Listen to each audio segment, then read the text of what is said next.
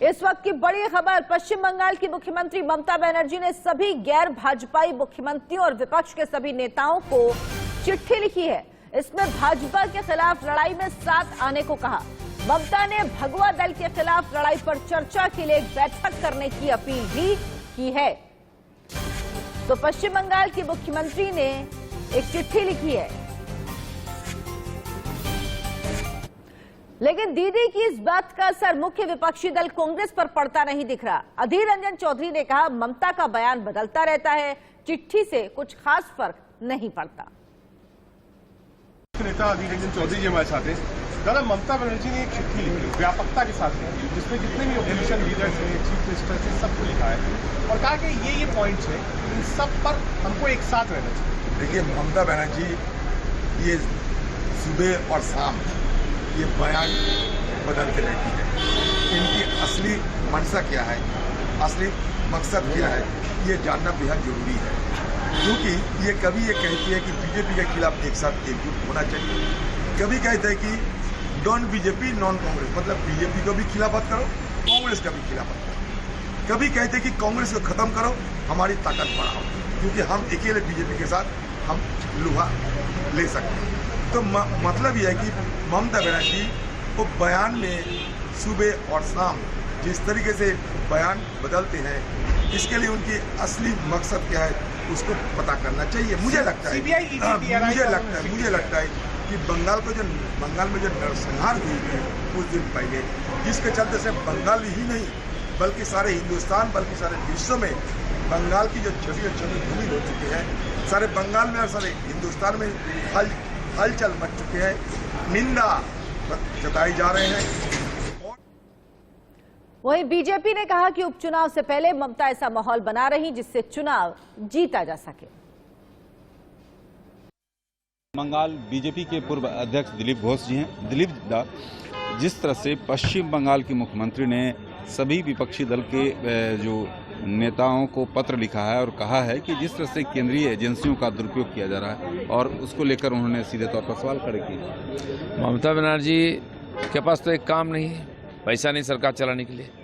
इतना भ्रष्टाचार है, उनके सारे नेताओं को सीबीआई बुला रही है और कोर्ट के आदेश से बुला रही है। कोई व्यक्ति या कोई सरकार उनके पीछे नहीं है। इतना भ्रष्टाचार है और इतना हिंसा है, हर प्रकार घटना से सीबीआई इंक्वायरी हो रही है, लोग कोर्ट में जाते हैं, कोर्ट आदेश देते हैं। इसलिए इसमें इसको इशू बनाना कोई मतलब नहीं है, तो कोर्ट के खिलाफ लड़े।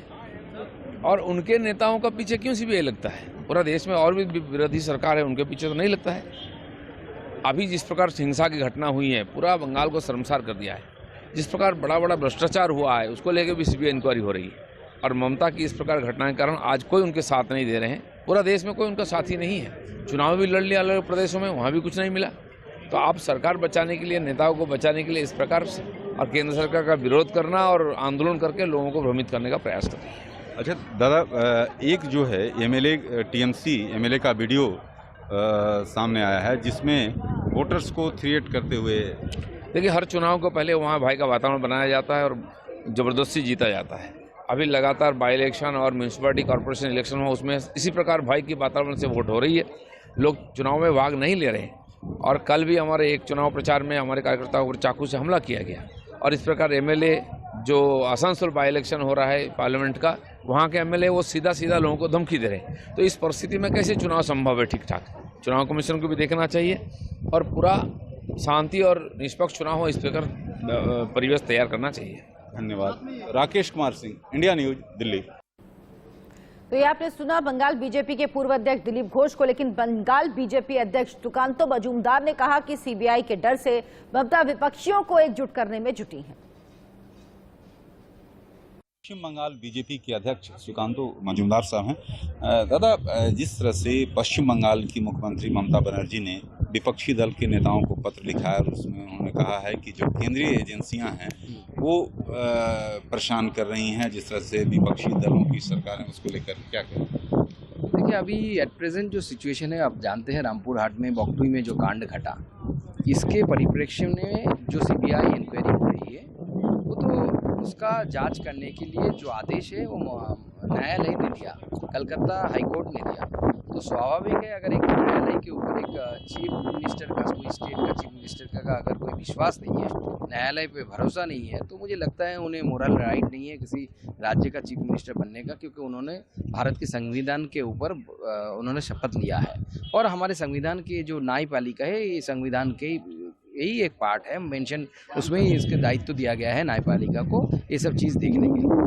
और दूसरी जो बात है वो जो बोल रही है कि डेमोक्रेसी फेडरल स्ट्रक्चर के बारे में बात कर रही है चिट्ठी में। बंगाल में कल असेंबली में क्या हुआ, कहाँ फेडरल स्ट्रक्चर रहेगा, कहाँ डेमोक्रेसी रहेगा। हमारे विधायकों को पीटा गया, पीटने के बाद उसको सस्पेंड कर दिया गया। तो लगभग 50 से ज़्यादा वोट के बाद, इलेक्शन के बाद 50 से ज़्यादा कार्यकर्ता हम खो चुके हैं, मारे गए हैं। तो ये जो चल रहा है, तो ममता बनर्जी जानती है कि सीबीआई इंक्वायरी जोर पकड़ रही है और आगे उनके परिवार के बहुत सारे लोग हैं जो इसमें जुड़े हुए, गाय तस्करी, कोल तस्करी सब में तो फंसने वाले हैं, इसलिए वो बखेरा डर के चलते कर रही है और ये डर हमें अच्छा लगा। धन्यवाद। Rakesh Kumar Singh, India news, Delhi.